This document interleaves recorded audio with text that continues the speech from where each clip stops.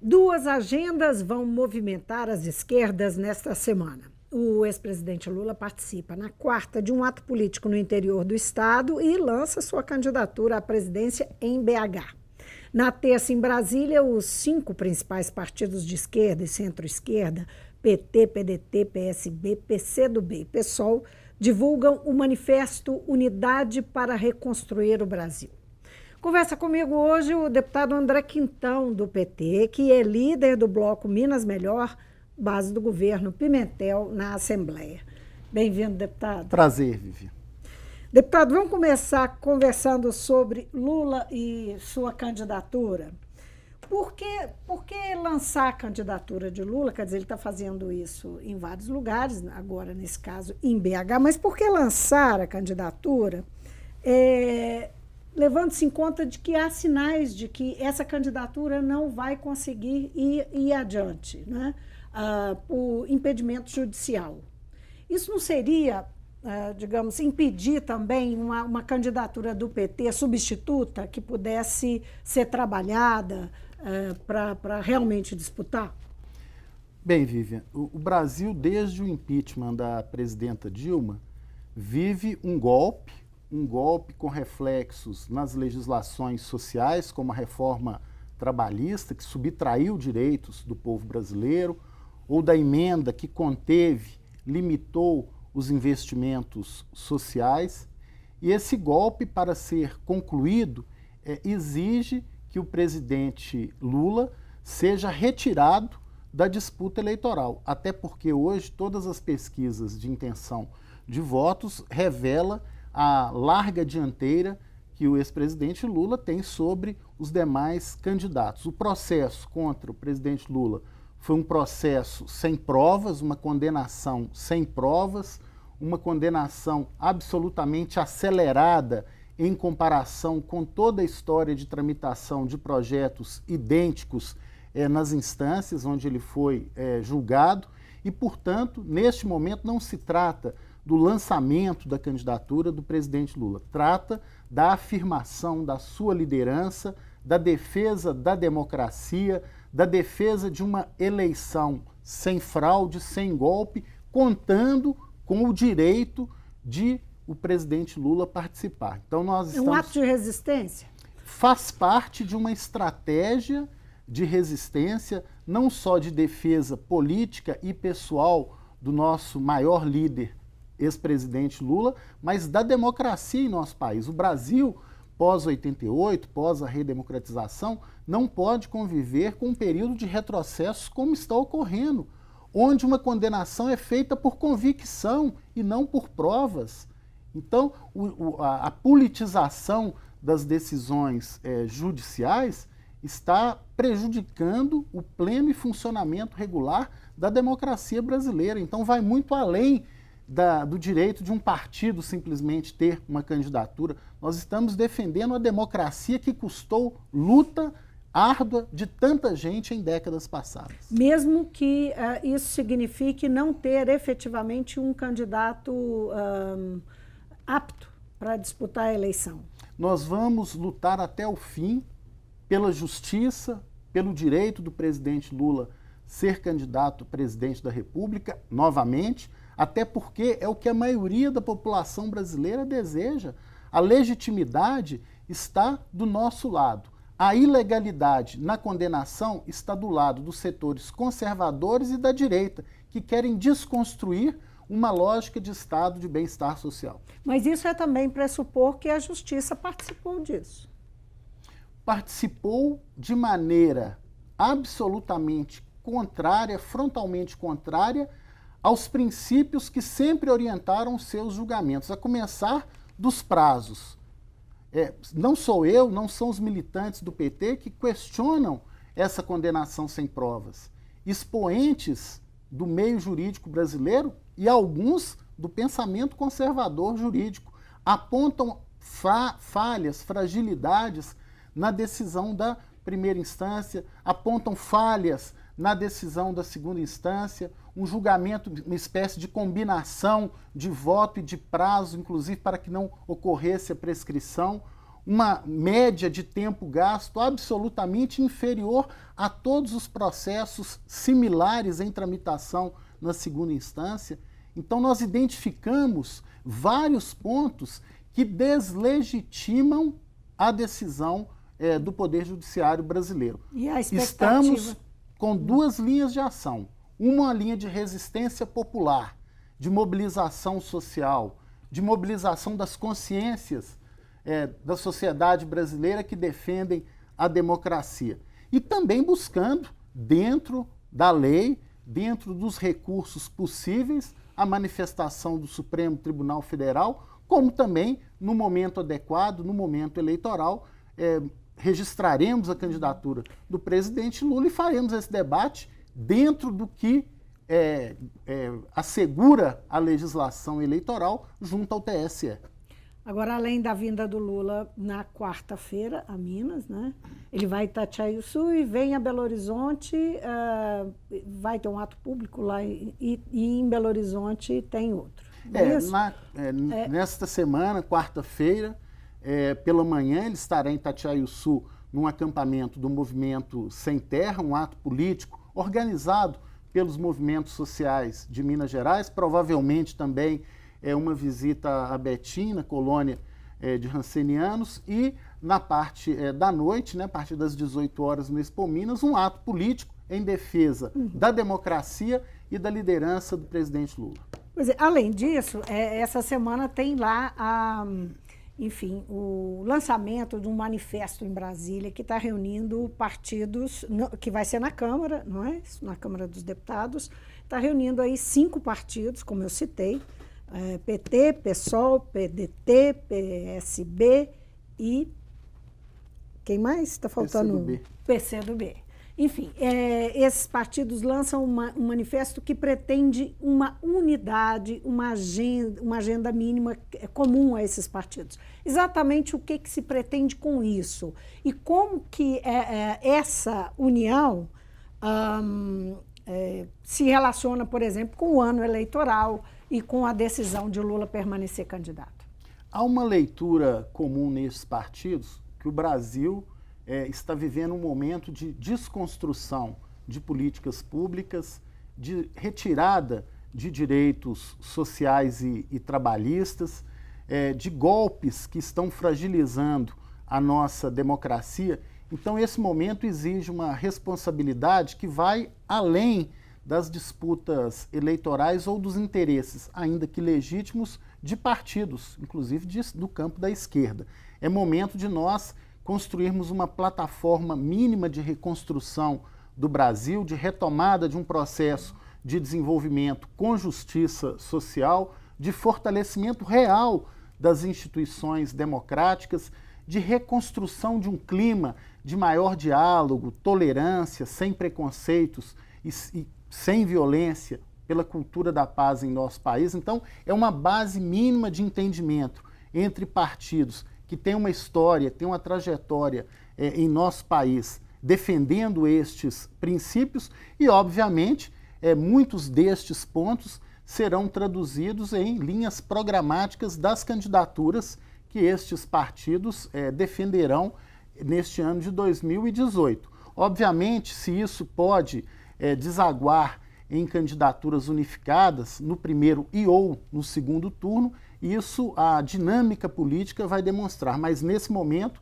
trata-se de você ter uma plataforma de reconstrução democrática e social no país. Agora, o lançamento desse manifesto seria o início, um pontapé inicial, um embrião de uma frente de esquerda no país, que é uma coisa que se discute muito e faz alguma tentativa e, na verdade, não se consegue realizar. Eu, pessoalmente, defendo, não agora, mas sempre defendi, uma unidade maior das esquerdas, resguardadas as especificidades em alguns pontos que cada partido defende. O Uruguai, né, com a Frente Ampla, tem um bom exemplo disso, né? A Frente Ampla no Uruguai tem feito bons governos, né, no país, com Mujica, agora com Tabarés Vázquez, sendo que no interior da própria frente você tem diferenças. Mas quando se coloca o objetivo central de defesa do público, da população, eles buscam mais as convergências. Não estou dizendo que no Brasil nós já temos a condição política amadurecida para tal, mas é um esforço importante e principalmente pelo papel das fundações dos partidos que têm uma característica mais de construção de programas, de ideias, de linhas de intervenção, isso pode ser apropriado coletivamente pelos partidos, ainda que na disputa eleitoral, seja em função da história de cada um, da necessidade de afirmação ou mesmo da condição eleitoral dos seus pré-candidatos, essa unidade pode não ocorrer no primeiro turno, mas já no segundo turno ser uma boa sinalização. Voltando aqui um pouco para nós, Minas Gerais, o senhor acha que a incerteza sobre a participação do Lula pode dificultar, e assim, eventual a ausência dele mesmo no processo, pode dificultar a disputa ou as disputas em Minas Gerais? Olha, eu diria... Para o PT, não é? E seus candidatos. É inegável que a candidatura do presidente Lula é importante para o PT em todo o país, é inegável. Ele é uma liderança popular, talvez a maior construída nos últimos tempos em nosso país, ou na história do nosso país, detém uma relação com a população que vai muito além das relações partidárias, pelo seu carisma, pelos seus projetos e programas sociais, e é hoje o líder absoluto em todas as pesquisas, em condições de ganhar uma eleição presidencial em primeiro turno. Então é óbvio que Lula sendo candidato, isso influencia positivamente a campanha dos nossos candidatos a governador, a senador e também das nossas bancadas estaduais e federais. Agora, sabemos também que em cada estado você tem as particularidades, você tem as realidades de alianças diferenciadas. Então, Minas Gerais, com certeza, será fortalecido com a candidatura do presidente Lula, até porque aqui foi decisivo, por exemplo, para a vitória da presidenta Dilma na última eleição e que também contribuiu, uma campanha conjunta com o nosso governador Fernando Pimentel. Então, eu acredito que a presença do presidente Lula como candidato fortalecerá a nossa campanha. E trabalhamos com esse cenário, porque esse é o cenário que a democracia exige no Brasil. Uhum. Falando em alianças, deputado, a maioria do PMDB mineiro, da direção do PMDB mineiro, do diretório, decidiu que vai haver prévias e que essas prévias só vão ocorrer no dia 1º de maio. O PMDB, que é o principal aliado do PT no governo do Estado e aqui na Assembleia. Agora, esse mesmo grupo que defende aí uma manutenção de uma aliança com o PT, ele também está defendendo uma candidatura própria e uma escolha de um candidato pelas prévias. Existe algum temor do governo, do PT, de que essa aliança com o PMDB seja desfeita a partir dessa decisão? Em Minas Gerais, diferente do plano nacional hoje, o MDB esteve junto com o PT nos anos de oposição aos governos do PSDB. Construímos aqui o bloco de oposição Minas sem censura. O PMDB esteve ao lado, caminhou junto com o governador Fernando Pimentel nas eleições e foi importante para a sua eleição. Aqui na Assembleia, o presidente Adalclever Lopes tem feito uma gestão absolutamente democrática, para todos os partidos, para todos os segmentos sociais e tem tido uma relação de muito respeito com o Executivo Estadual. E a bancada do MDB inclusive, a maior bancada dentro do bloco Minas Melhor, que eu tenho a honra de liderar, que é o maior bloco de sustentação do governo Pimentel. Portanto, são 14 deputados. Né? Sim, e inclusive mais do que o Partido dos Trabalhadores.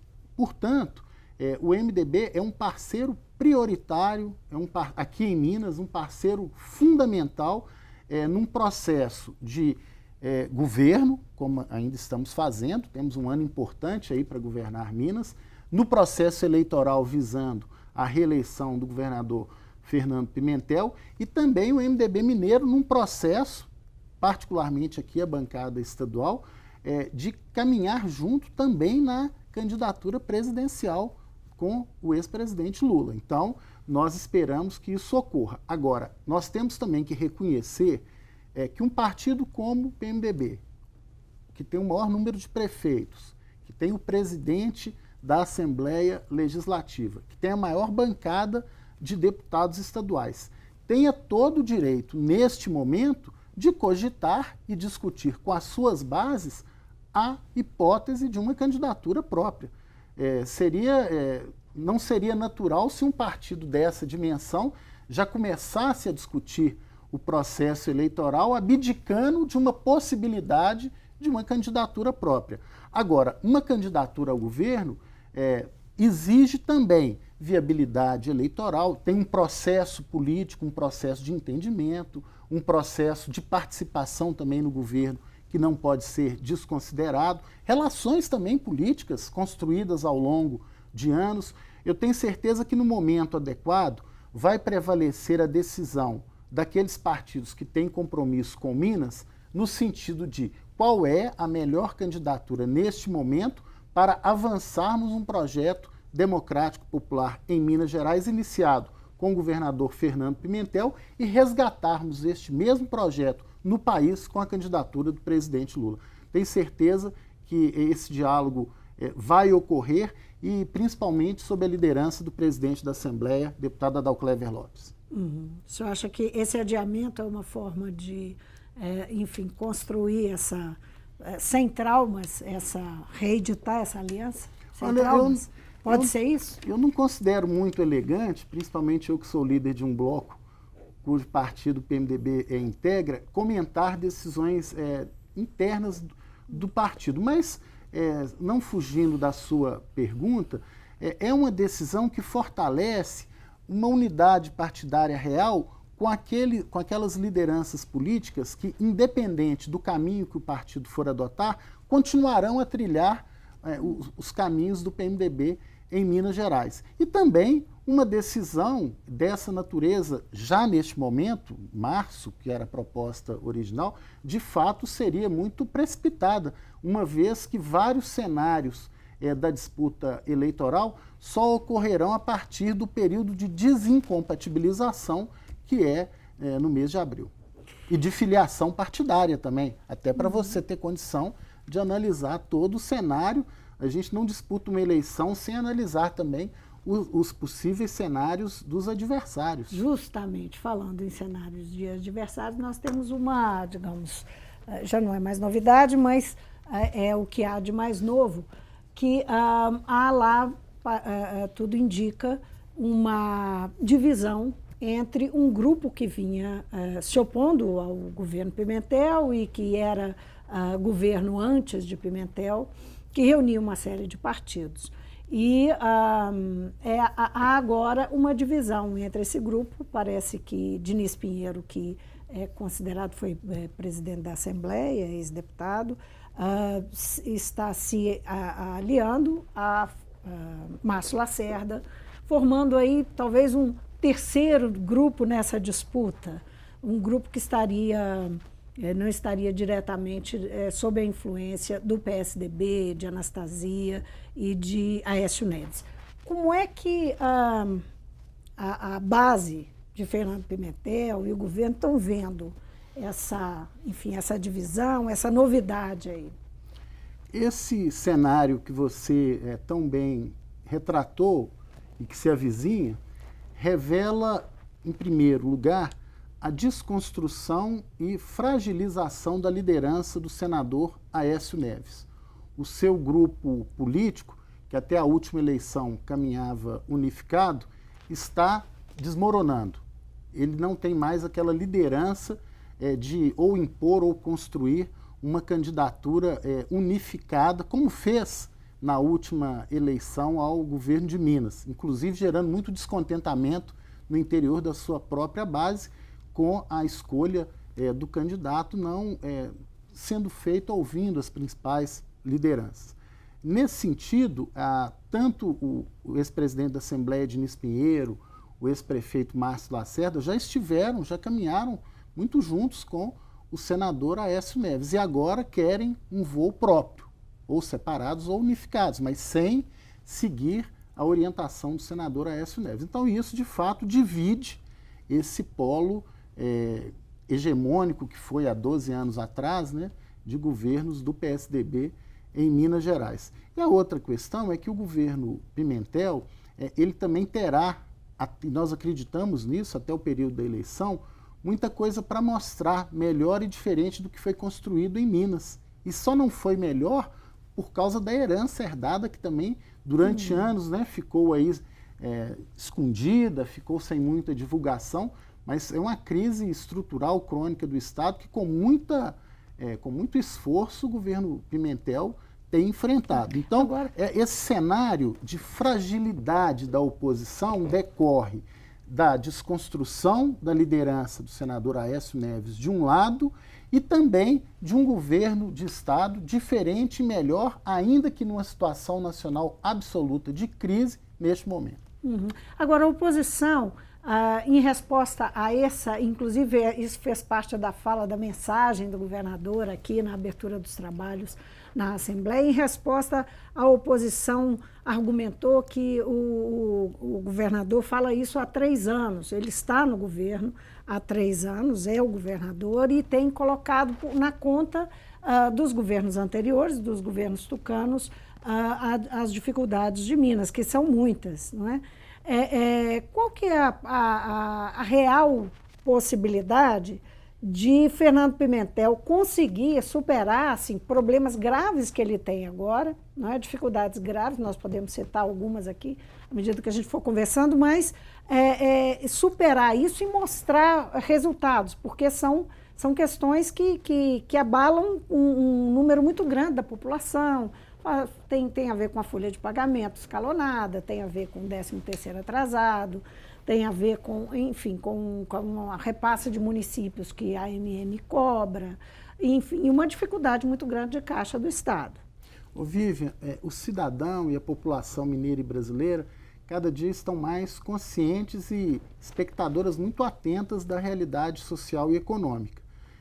Mesmo com todas as dificuldades herdadas do governo anterior, o governador Fernando Pimentel optou pelo caminho de fortalecimento das políticas públicas.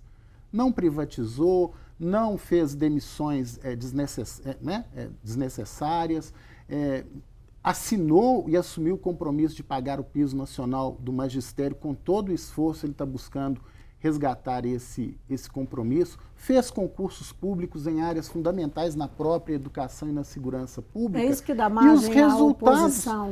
E os resultados vêm sendo colhidos. Vejam bem, telespectador, hoje o Brasil vive a maior crise da segurança pública. O Estado do Rio de Janeiro coloca como a falência da segurança pública. O presidente da República, por motivações políticas ou não, também coloca isso no centro do debate. Nós acabamos de sair de um carnaval, período de festas no estado de Minas Gerais, com a queda nos indicadores de segurança de 37%, uma melhora de 37% na segurança pública no estado. Isso não acontece à toa, isso acontece com investimento, com preparação, com respeito, com concurso. Então, nós teremos muita coisa na área da assistência social, que eu acompanho.